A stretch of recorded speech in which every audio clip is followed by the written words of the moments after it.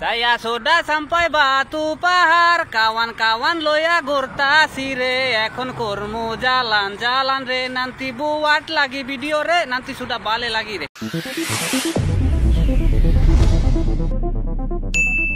Assalamualaikum warahmatullahi wabarakatuh. Salam jumpa lagi dengan kami di channel ini. Ya, ada salah satu netizen negara tetangga yang kerap mengulas berbagai hal termasuk tentang sepak bola. Namun dalam salah satu unggahannya, ia merasa heran kenapa orang Indonesia sering memanggil Malaysia dengan sebutan Bangladesh. Antara hinaan yang selalu orang Indonesia panggil negara Malaysia ni ialah Malaysia ni banyak Bangla, banyak Rohingya, dah macam bukan negara sendiri.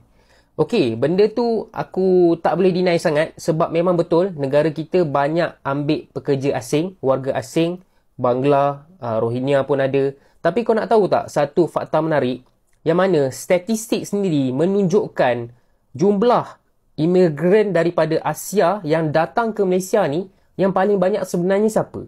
Kau boleh tengok table tu. Okey, walaupun ini latest update dia tahun 2021, tapi aku rasa tahun 2024 tak ada banyak benda yang berubah pun. Tengok nombor 1 Indonesia, pekerja asing, warga asing Indonesia yang datang ke negara Malaysia lebih 1 juta bang. Orang Nepal, orang Bangla pun tak lebih tau 50% daripada jumlah Indonesia yang datang ke Malaysia. Jadi kalau kau nak cakap Malaysia ni negara Bangla, kau kena check dulu kot ada jiran-jiran kau, family kau yang jauh-jauh yang datang daripada Indonesia ke Malaysia untuk bekerja. Sebenarnya aku tak ada masalah apa pun. Diorang nak cari rezeki kan, mungkin dekat Indonesia tak dapat, nak cari rezeki kat Malaysia, tak ada masalah. Tapi yang aku jadi masalah is orang-orang Indonesia nak kata negara Malaysia ni ambil Bangla, ambil Nepal, ambil Myanmar. Orang Indon lah paling ramai dekat negara kita ni yang bekerja. Jadi bibik ada, jadi buruh ada, jadi tukang masak ada.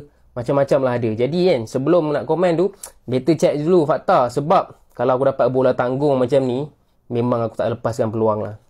Ya, data yang ia paparkan merupakan data tahun 2021. Namun kita yakin bahwa pekerja migran Indonesia di Malaysia saat ini sudah perlahan mulai berkurang seiring dengan penghentian sementara tenaga kerja Indonesia ke Malaysia sejak era Presiden SBY. Kemudian 2 tahun lalu pun kembali dilakukan moratorium di masa Presiden Joko Widodo yang saat itu sempat merepotkan pengusaha-pengusaha Malaysia karena kekurangan tenaga kerja. Kesan daripada inflasi global termasuk Malaysia ketika ini akan lebih berpanjangan jika isu membabitkan kekurangan tenaga kerja termasuk pekerja asing tidak diatasi dalam tempoh terdekat. Kita amat kekurangan pekerja asing sekarang untuk membuat kerja-kerja 3D ni, yang dirty, dangerous and difficult ni. Inilah yang perlu diutamakan, pekerja-pekerja dari luar yang dulunya ada untuk membuat kerja-kerja back of the house. Ya, 2 negara bertetangga ini memang kerap berseteru terutama di dunia maya.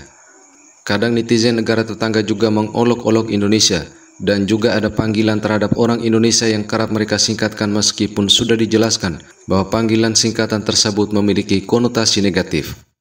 Sehingga netizen Plus62 juga tidak kalah dan mulai balik melabeli negara tetangga ini seiring dengan masifnya kedatangan pekerja dari Bangladesh ke Malaysia dan bahkan mereka menguasai di beberapa titik ibu kota negara tersebut. Ramai warga asing yang berkumpul di kawasan ini sehingga kan apabila saya menjejakkan kaki terasa seolah-olah saya ni pula seorang warga asing, dan keadaan itu telah pun berjaya dikawal selepas pihak polis berjaya menyuraikan mereka. Tidak keterlaluan untuk saya katakan perimeter kawasan ini telah pun ditakluki oleh warga asing yang mempraktikkan cara hidup dan budaya dari negara asal mereka. Malah ada juga yang membuka perniagaan mereka sendiri di kawasan ini. Okey, Bangladesh merupakan akronim dari Bangladesh Malaysia. Kata yang merujuk pada komunitas masyarakat Bangladesh di Malaysia, di mana mayoritas dari mereka merupakan para pekerja yang didatangkan ke Malaysia. Sebelumnya tenaga kerja Indonesia memang cukup banyak di Malaysia. Namun sebagaimana yang kami sampaikan sebelumnya, bahwa sejak era Presiden Susilo Bambang Yudhoyono melakukan moratorium pengetatan hingga pembatasan kuota pengiriman TKI ke Malaysia. Alasannya saat itu karena banyak kasus mengenai tenaga kerja Indonesia yang diperlakukan kurang manusiawi. Sehingga menanggapi hal tersebut, Malaysia di bawah Mendagri saat itu pada tahun 2013 merencanakan akan mendatangkan 1,3 juta pekerja dari Bangladesh ke Malaysia dan mereka pun diberikan beberapa kemudahan termasuk diberikan dengan kartu identitas khusus. Kedatangan para pekerja Bangladesh secara masif ke Malaysia tersebut kemudian menimbulkan isu-isu sosial di Malaysia.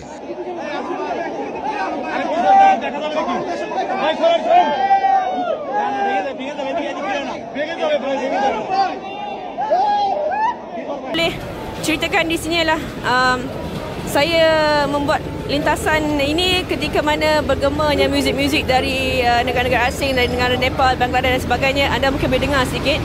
Dan saya boleh katakan kawasan Lebuh Ampang atau di sini Jalan Ya Ahloi, ini dahulunya 15 tahun dulu adalah kawasan tumpuan perniagaan untuk kaum Cina, yang mana premis perniagaan kebanyakannya dikuasai oleh kaum Cina, dan inilah antara kawasan tumpuan untuk orang membeli belah. Tetapi ketika ini hakikatnya, kalau anda boleh ikut bersama saya akan minta kameraman tunjuk. Ada beberapa premis di sini, kesemuanya 1, 2, 3, 4, 5, 6, 7, 8, 9, 10, 11, 12, 13, 14 dan sampai hujung sana. Kesemuanya adalah perniagaan yang mana ditunjangi oleh warga asing, yang mana barangan-barangan yang dijual juga adalah barangan-barangan yang diimport dari negara asal mereka untuk dijual kepada warga asing di sini. Dalam bahasa ekonomi mudah, di mana ada permintaan, di situ ada penawaran, dan penawaran produk-produk ini adalah tinggi, yang mana kita boleh simpulkan aktiviti ekonomi warga asing di kawasan Jalan Ya Ahloi ini adalah sangat menguntungkan. Dan saya sempat bertanya tadi, mereka memaklumkan sebahagian besar perniagaan atau perniagaan ini berjalan atas konsep Alibaba, yang mana premis ataupun lesen perniagaan ini dimiliki oleh warga tempatan dan disewa oleh warga-warga asing. Dan kawasan ini khususnya adalah warga Nepal. Mereka menyewa mungkin sehingga RM20,000 sebulan untuk menjalankan perniagaan di sini. Dan perniagaan ini antara lain adalah perniagaan menjual barangan am dan sebagainya, yang mana kalau anda boleh saksikan, anda tak boleh jumpa pun seorang warga tempatan kat sini, dan semua tempat ini dipenuhi oleh warga asing. Dan isu kebanjiran warga asing ni mungkin kita pandang ringan, tetapi ketika tahun ini adalah tahun Melayu Malaysia 2014, ada sesuatu yang perlu kita kaji, kerana adakah identiti mereka ini mewakili identiti kita orang Malaysia. Dan kalau pelancong asing, contohnya 2 orang yang ada kat sana tu, kalau anda boleh saksikan ada 2 pelancong asing di sana, mereka akan menganggap orang-orang yang berada di sekitar ini adalah orang-orang Malaysia, sedangkan hakikatnya mereka bukan ataupun tidak mewakili aspirasi orang Malaysia sepenuhnya. Dan ini sesuatu yang perlu dilihat dengan lebih serius oleh pihak berkuasa, bagaimana mereka boleh membanjiri kawasan ini, yang mana perniagaan ini semuanya dimiliki oleh warga tempatan, tapi akhirnya diuruskan perniagaan itu oleh warga asing. Dan sudah pasti ia sedikit sebanyak mendatangkan kebimbangan kepada orang-orang tempatan. Saya dan kameraman tadi datang sini, kami datang dan kami agak bimbang kerana kami hanya berdua dan kami dikelilingi oleh orang-orang warga asing yang kita tak tahu asal-usul mereka, mungkin adalah taruhan jerah dan sebagainya. Awalnya mereka ditempatkan guna bekerja sebagai buruh di perkebunan maupun di pabrik. Namun gesekan sosial mulai timbul saat para pekerja Bangladesh tersebut mulai berkembang dan membuka usaha mereka sendiri seperti usaha-usaha jasa, perdagangan dengan membuka toko atau kedai maupun warung.